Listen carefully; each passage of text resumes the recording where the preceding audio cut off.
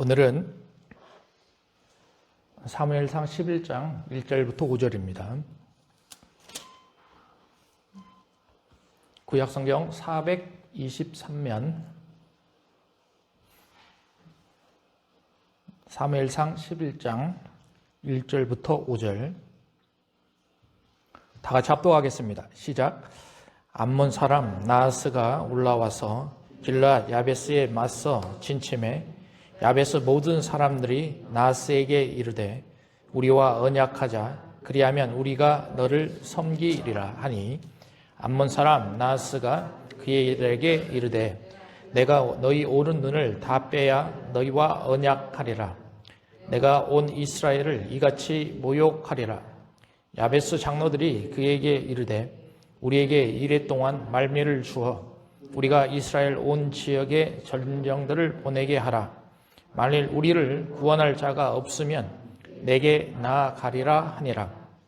이에 전령들이 사울이 사는 기브아에 이르러 이 말을 백성에게 전하매 모든 백성이 소리를 높여 울더니 마침 사울이 밭에서 소를 몰고 오다가 이르되 백성이 무슨 일로 우느냐 하니 그들이 야베스 사람의 말을 전하니라. 아멘. 오늘 말씀의 제목은 전화이복의 사울이라는 제목으로 여러분들에게 말씀을 전하고자 합니다. 전화이복 많이 들어봤죠? 화가 전하여서 복이 된다 이런 뜻입니다. 우리 인생을 살면 얼마나 많은 불행이나 고난이나 재난들이 있는지 모릅니다. 그런데 그런 어려운 일들이 화가 되는 그런 일들이 복으로 전환되는 경우도 많이 있다라는 겁니다. 그러면 이런 측면에서 오늘 본문에 나오는 사울을 한번 생각을 해볼 필요가 있어요. 사울은 왕으로 세움을 받았습니다. 그런데 10장 마지막쯤 보면 사울을 따르는 무리가 있습니다. 그런데 27절을 보시기 바랍니다. 27절에 보면 따르지 않는 무리들도 있어요. 그래서 같이 읽어볼까요? 시작.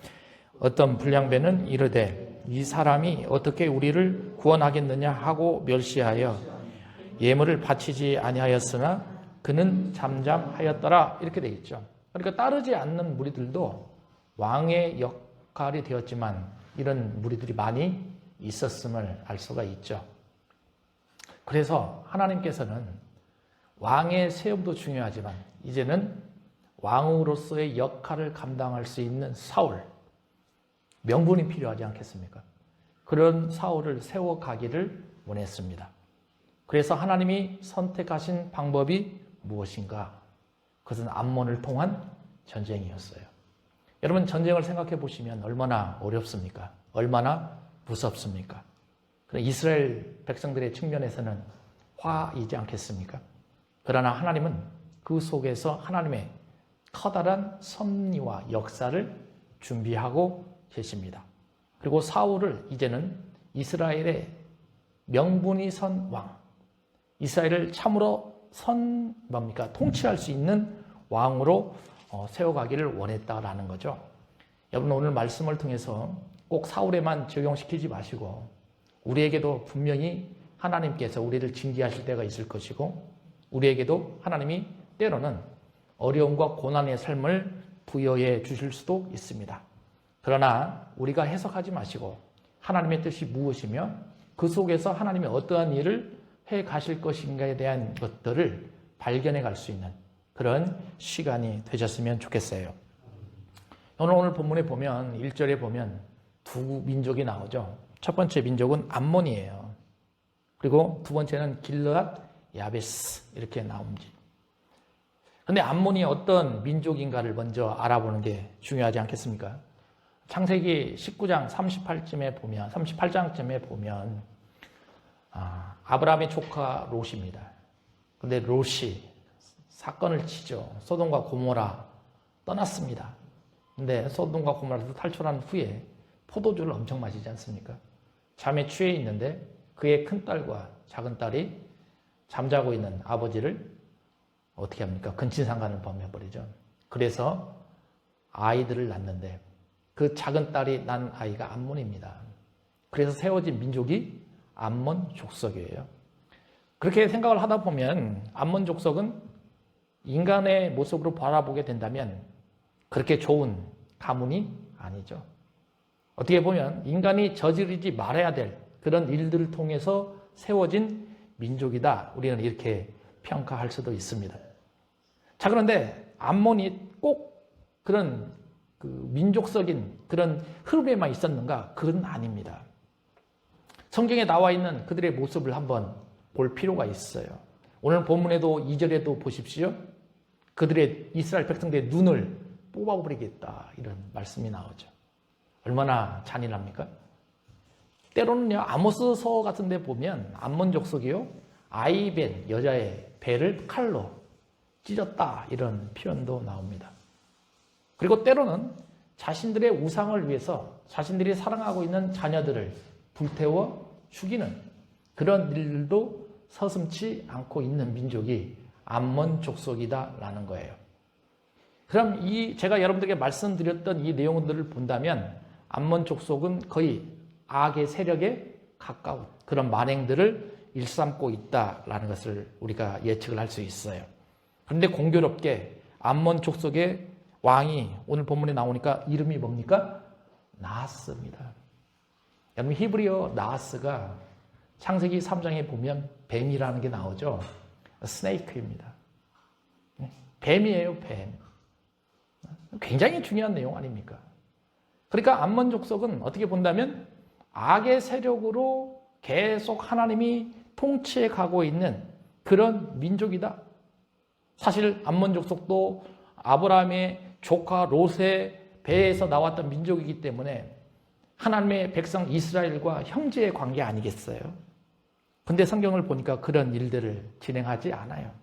출애굽할 때부터 사울 시대에 이르기까지 암몬 족속은 항상 이스라엘에게 있어서 걸림돌이 되어가는 그런 모습을 갖추고 있다라는 것입니다. 여러분, 그러니 우리가 악의 유전을 끊어간다라는 것, 그것이 얼마나 중요한지 몰라요. 우리 가정에도요, 우리 집안에도요, 우리 공동체에도요, 이런 일들이 틀림없이 자리 잡을 수가 있어요. 그렇다면 우리 세대에서 그런 것들을 다 끊어갈 줄 알아야죠. 여러분, 갈라디아서 6장 8절 9절입니다. 같이 읽겠습니다. 시작. 자기의 육체를 위하여 심는 자는 육체로부터 썩어질 것을 거두고 성령을 위하여 심는 자는 성령으로부터 영생을 거두리라. 우리가 선을 행하되 낙심하지 말지니 포기하지 아니하면 때가 이름에 거두리라. 이렇게 돼 있어요. 여러분, 농부가 열매를 거두려면 틀림없이 봄철에 씨를 뿌리게 됩니다. 뿌린 만큼 거두게 돼 있습니다. 그러나 씨도 잘 뿌려야 되죠. 내가 원하는 씨가 아닌 엉겅퀴 같은 씨를 뿌려버리게 된다면 좋은 열매를 거둘 수가 없어요. 그런데 사도 바울은요, 심은 대로 거두는 비결, 그것을 오늘 갈라디아서 6장 8절과 9절에서 두 가지 측면에서 알려주고 있잖아요. 첫 번째, 좋은 씨를, 좋은 열매를 맺기 위해서는 성령을 위하여 심어야 된다라는 겁니다. 성령을 위하여 심는다라는 것은 내가 내 뜻과 내 의지대로 결정해서 앞으로 걸어가는 것이 아니라 하나님의 뜻이 무엇인지를 잘 분별해서 하나님의 뜻에 맞는 씨를 뿌리셔야 된다라는 것입니다. 그런데 오늘날 많은 성도들을 바라본다면 육체의 일과 성령의 일을 혼합하고 있는 모습이 굉장히 많이 있어요. 여러분, 그러니 신앙생활을 하는 우리의 입장에서는 하나님의 일이 무엇인지, 또 여러분들에게 하나님이 부여해 주신 은사와 또 은혜는 무엇인지를 깊이 생각하셔야 됩니다. 그리고 그것을 잘 분별해서 받아들인 후에 신앙생활을 걸어가실 줄 알아야 되죠. 그래야 성령을 위하여 심는 자는 성령으로부터 뭘 거둔다? 영생을 거둔다. 그래 여러분들에게 영생의 축복이 임하게 된다라는 거예요. 여러분, 두 번째는 뭐냐? 9절이잖아요. 우리가 선을 행하되라고 돼 있어요. 그러면 성령의 씨를 뿌리게 된 후에 그냥 나는 가만히 있으면 되냐? 그게 아니죠. 우리 인생을 살아가면서 선을 선을 행해야 된다라는 거예요. 선을 행한다라는 것은 아까도 제가 말씀드렸지만 내 뜻이 아닌 하나님의 뜻대로 움직여야 된다라는 거예요. 그것이 선을 행하는 길입니다. 그러면 선을 행하는 기준의 표준은 하나님의 말씀 아니겠습니까? 그리고 기록된 하나님의 말씀대로 살아가는 것. 그것이 바로 선을 행하는 가장 기본된 모습이다라는 거예요. 그리고 나서 사도 바울이 요구하는 것이 절망하거나 낙심하지 말아라 이렇게 되어 있습니다. 아직은 하나님의 때가 안 됐을 뿐이다. 그리고 하나님의 때가 된다면 너희에게 풍성한 열매를 하나님이 부어 주실 거다 약속하셨습니다. 여러분, 그러니 이스라엘 백성과 암몬 족속은 바로 이런 차이가 있었던 거죠. 암몬 족속은 하나님의 뜻이 무엇인지를 분별하지 못하는 족속이었고, 그래도 이스라엘 백성들은 하나님의 뜻이 무엇인지를 분별해 가며 앞으로 걸어가는 백성들이었다라는 거예요. 여러분, 그러면 암몬 족속이 악의 세력으로 비유가 될 수 있는데 그 악의 세력이 누구를 침범하느냐라는 거예요. 오늘 본문에 보면 암몬 족속이 누구를 침범하냐면 길르앗 야베스를 침범하고 있습니다. 그러면 길르앗 야베스가 어떤 지역에 있고 또 그들이 어떠한 상태로 놓여져 있는가를 우리는 알아야죠. 여러분, 길르앗 야베스는 요단 동편에 있습니다. 여러분, 요단 동편은 사실은 하나님께서 약속의 땅으로 허락하시지 않은 곳입니다. 그런데 출애굽하면서 이스라엘 백성들이 쭉 올라가다 보니까 그 땅이 너무나 좋은 거예요. 그러면 길르앗 야베스 이렇게 하면 여러분들이 좀 생소할 겁니다. 그러나 누구를 생각하시면 되냐면 야곱을 생각해 보시면 됩니다. 야곱이 하란 땅을 떠나서 이스라엘로 되돌아오잖아요. 그리고 하나님의 사자를 만납니다. 어디에서 만납니까? 야복 땅. 그렇잖아요. 거기가 길르앗 야베스예요. 그쪽 바로 위가 길르앗 야베스입니다. 그러니까 강이 있으니까 거기는 목초지가 충분하죠. 그러니까 유목 생활을 하는데 굉장히 유리한 자연적인 조건을 가지고 있습니다. 그래서 이스라엘 백성들이 출애굽을 할 때 므낫세 반지파와 갓 지파와 베냐민 지파 뭡니까? 루벤 지파가요. 이 땅을 우리에게 주십시오. 요구한 겁니다. 다시 말하면 요단 동편에 있는 땅은 하나님이 약속을 통해서 주신 땅이 아니라 이스라엘 백성들이 요구를 해서 주신 땅이다라는 것입니다. 그런데요, 요단강이 이스라엘과 걸림돌이 되어가고 있잖아요. 그러면 전쟁을 할 때 이스라엘로부터 충분히 지원을 받을 수가 없어요. 여러분, 사단은 이런 세력을 공격하는 겁니다. 다시 말하면 공동체로부터 어떻게 돼 있어요? 떨어져 있어요. 공동체로부터 널리 멀어져 있습니다. 약점이 있잖아요. 사단은 이런 사람들을 계속 공격하는 겁니다. 여러분, 동물의 왕국을 보면 사자를 잘 보십시오. 사자가요, 배가 고플 때요, 동물들을 막 잡아먹으려고 하잖아요. 그런데요, 이 초식 동물들은 전부 다 무리로 진행하며 다닙니다. 그리고 나서 가만히 보면 아무나 공격하지 않습니다. 그 무리에서 떨어져 있는 그 동물들을 다 초점을 삼죠. 그리고 때가 된다면 사자들은 막 맹렬하게 혼자 가는 게 아니잖아요. 무리가 가서 그 초식 동물을 잡아 먹습니다. 마치 이런 것처럼 지금도 악한 마귀와 사단은 이런 사람들을 향해서 공격하기를 원하고 그런 사람들에 대해서 악의 세력이 들어가기를 원하고 있다라는 거예요. 여러분, 그래서 우리가 이런 하나님의 말씀을 보면서 왜 신앙생활의 공동체성이 필요한가에 대한 충분한 그런 일들을 자신 마음에 가지고 있어야 된다라는 겁니다. 여러분, 이제 암몬이 공격을 했잖아요. 그랬을 때 이스라엘의 반응을 한번 보실 필요가 있어요. 여러분, 1절이잖아요. 12장 1절을 11장 1절이에요. 같이 읽어봅니다. 시작. 암몬 사람 나하스가 올라와서 길르앗 야베스에 맞서 침침해 야베스 모든 사람들이 나하스에게 이르되 우리가 언약하자 그리하면 우리가 너를 섬기리라 하니 이렇게 되어 있어요. 상상하지 못할 일이 일어났어요. 그 첫 번째는 뭐냐면 우리와 어떻게 하자? 언약하자라고 하고 있어요. 언약하자라고 있어요. 여러분 창세기 18장에 보면, 특히 15장에 보면 하나님께서 이스라엘과 언약하는 장면이 나오잖아요. 그때 새의 배를 칼로 어때요? 자르죠. 그렇잖아요. 쪼갠다 그렇게 돼 있잖아요. 쪼갠다는 것이 자르는 거 아니겠습니까? 언약은 그렇게 세워지는 겁니다. 그래서 언약을 이행하지 않으면 어떻게 돼요? 죽어요. 그러면 고대 시대에 있어서 강대국과 약소국이 이러한 모습으로 언약을 했어요. 그러면 이스라엘 백성들의 입장에서 보면 암몬 사람들에게 가서 우리와 언약하자라는 거죠. 그러면 암몬을 강대국으로 보고 자기네들을 약소국으로 보는 겁니다. 그러면 그 당시에 약소국들은 강대국에게 공물을 바쳐야 됩니다.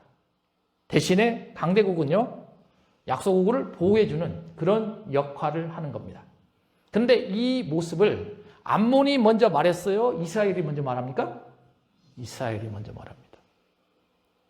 그럼 여기서 우리가 무슨 생각을 하게 되냐면 지금 이스라엘 백성들은 하나님의 보호하심을 인정하질 않아요. 떠나 있습니다. 출애굽하면서 지금까지 인도해 주셨던 하나님은 온데간데 없어버리고 이제는 세상 중심의 삶을 살아가고 있는 그들의 모습이 여기에서 분명하게 우리는 나오게 된다라는 것입니다. 여러분, 그러니 이런 모습을 보면서 우리가 많은 것들을 생각해야 돼요. 내가 정말 하나님의 뜻에 맞게끔 살아가는 있는 것인가? 나는 세상의 방향성으로 눈을 돌리고 있지는 않는가? 그런 일들에 대해서 깊이 통찰할 줄 알아야 되죠. 그 다음에 두 번째, 이스라엘 백성들의 모습을 보세요. 언약이 끝나자마자 이제는 우리 뭐라고 합니까? 우리가 너희를 섬기겠다 이렇게 말하고 있잖아요. 하나님이 이스라엘 백성들을 출애굽시켰을 때 그냥 시켰습니까? 아니잖아요. 이방신을 섬기지 말고 너희는 나를 섬겨라. 나에 대해서 예배를 드려라. 그렇기 때문에 이스라엘 백성들을 출애굽시킨 거 아니겠습니까? 그런데 시간이 지나면서 이들은 이제 그런 것들이 없어집니다. 모세가 모압 평지에서 약속의 땅 가나안에 들어가기 전에 그렇게 당부했던 게 뭐냐? 하나님의 말씀을 순종하라. 너희들은 하나님을 섬겨라. 하나님을 향해서 불순종하지 말고 이방신을 섬기게 된다면 너희들은 하나님으로부터 멀어지게 될 것이다. 너희들이 원하지 않는 나라로 끌려가게 될 것이다. 그 모습을 계속 보여줬던 게 모세였고, 그것을 또 강조했던 사람 중에 하나가 여호수아였고, 그것을 또 강조했던 사람이 사무엘이었습니다. 그런데 보십시오. 사무엘 시대에도 불구하고 길르앗 야베스, 동떨어져 있는 그들은 이제 하나님은 온데간데 없고 자기들이 오히려 암몬을 언약하기를 원하고 자기들이 오히려 그들을 섬기기를 원하는 그런 모습을 우리는 찾아갈 수가 있어요. 그러면 이런 일들이 진행이 된다면 강대국이 약소국을 보호해 줄 것 같아요? 절대 그렇지 않아요. 그 결과가 2절에 나오잖아요. 2절을 같이 읽어볼게요. 시작. 암몬 사람 나하스가 그들에게 이르되 내가 너희 오른 눈을 다 빼야 너희와 언약하리라. 내가 온 이스라엘을 이같이 모욕하리라. 이렇게 돼 있어요. 그렇게 무릎을 꿇고 조아리고 섬긴다 약속을 했으면 받아주는 것이 우리의 생각인 것 같은데 그러지가 않아요. 오히려 그들의 오른 눈을 빼버리겠다 말합니다. 그리고 그들에게 큰 모욕을 주고 있잖아요. 여러분, 요세푸스라는 사람이 있습니다. 유대 고대 전쟁사를 쓴 사람입니다. 그런데 이 부분을 어떻게 해석을 해놨냐면 당시에 로마 군대나 이스라엘 군대는 창과 칼과 활로 전쟁을 했잖아요. 그래서 눈을 보호하기 위해서 항상 왼쪽 눈을 가렸다라는 거죠. 그러면 남은 눈이 오른쪽밖에 없잖아요. 그런데 지금 이런 오른쪽 눈을 이 누구예요? 암몬의 나하스가 이스라엘 백성을 싹 빼버리겠다라는 거죠. 그러면 이 왼쪽은 가려져 있고 오른쪽은 빼버리니까 앞을 볼 수가 없어요. 그 정도로 치욕적인 모습을 요세푸스가 강조를 하고 있더라고요. 얼마나 큰 모욕인지를 우리는 이 모습을 보면서 바라볼 줄 알아야 돼요. 여러분, 그러니 우리 인생을 살아가면서 우리도 똑같습니다. 하나님을 떠나서 또 강한 자에게 무릎을 꿇고 언약하며 섬긴다고 약속을 하면 그들이 잘 해주고 그들이 도와줄 것 같은 아니에요. 오히려 하나님을 무시하고 오히려 내 자신을 낮게 보고 큰 모멸감을 주는 세상의 방법을 우리는 지금까지 눈여겨봤습니다. 그렇다면 우리가 신앙생활하면서 어떠한 방향으로 신앙생활을 할 것인가에 대한 문제를 오늘 말씀을 통해서 깊이 통찰할 줄 알아야죠. 여러분, 여호수아 24장 15절입니다. 같이 읽어봅니다. 시작.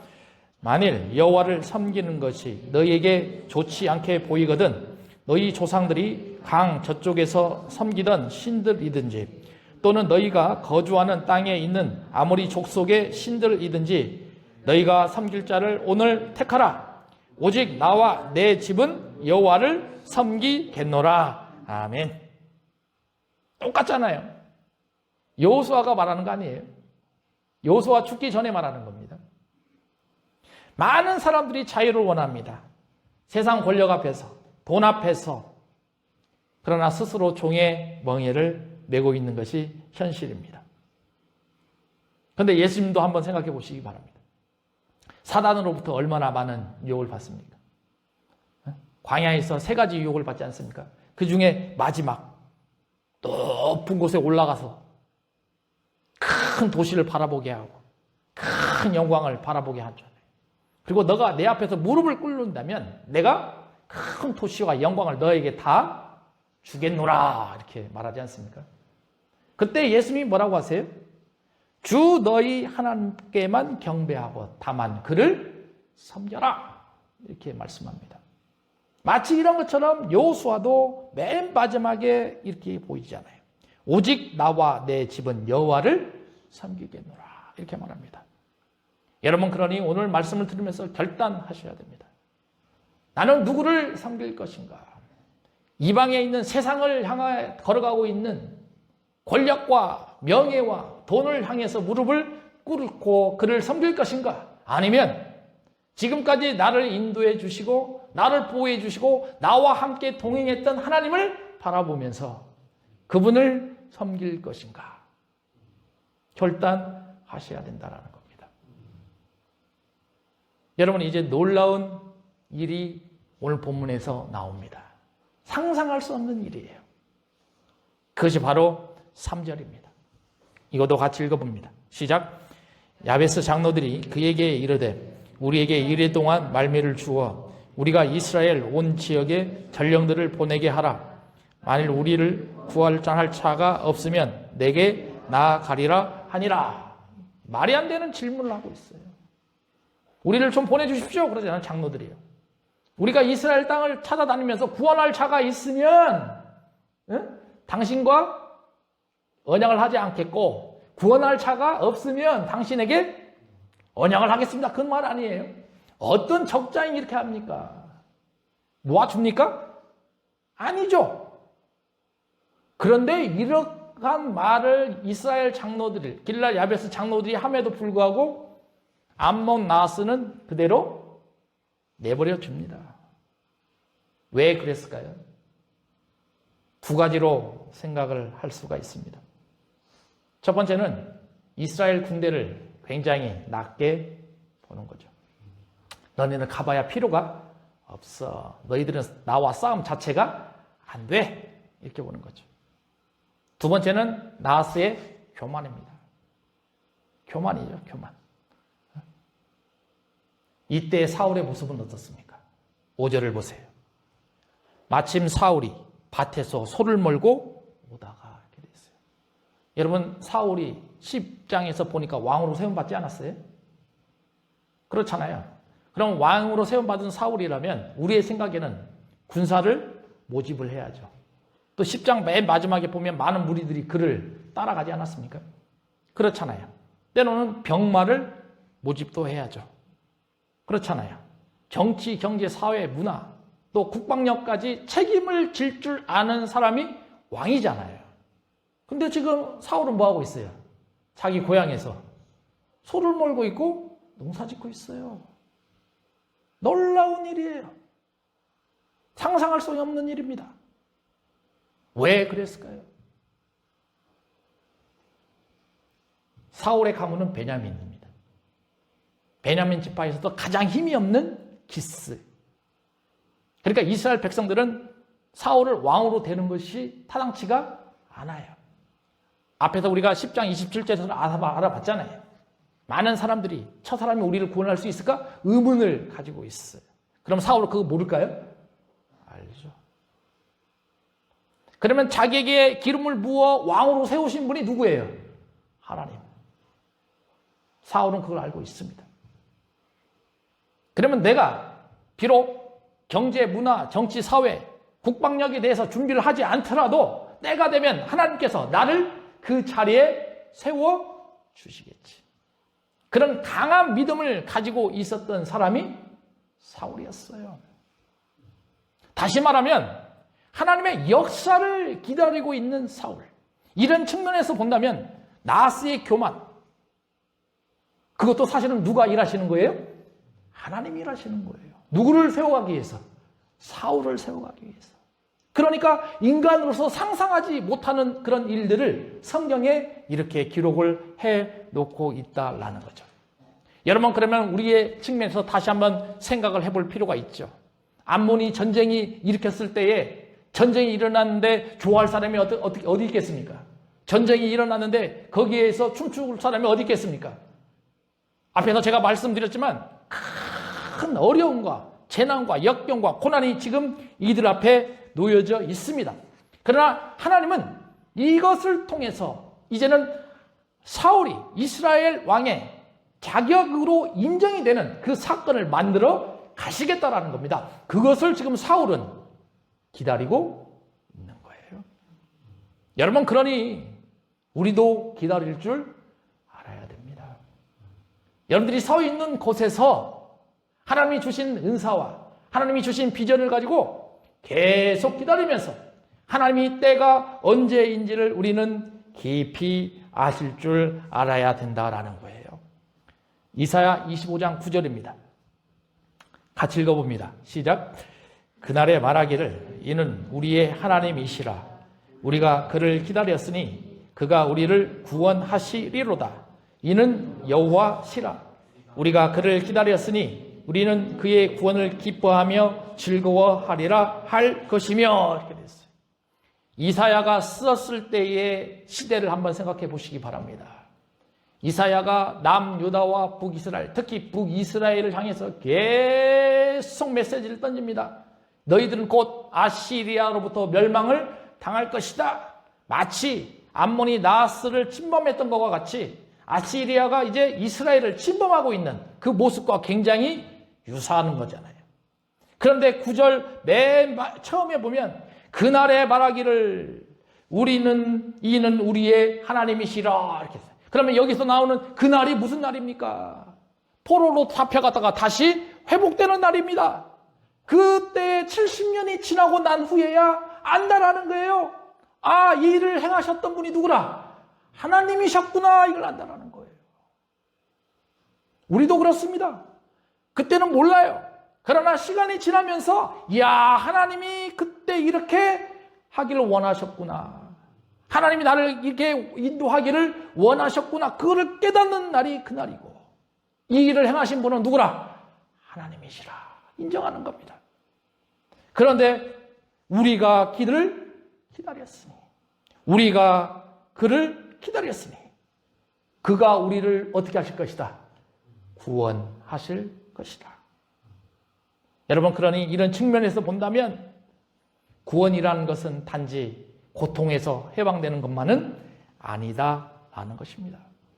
이 내용을 본다면 구원이라는 것은 내 인생의 어려운 시적에서 다시 하나님께서 개입하셔서 그때부터 새로운 하나님의 길을 열어 가시는 것, 그것이 구원의 참 모습이다라는 것입니다.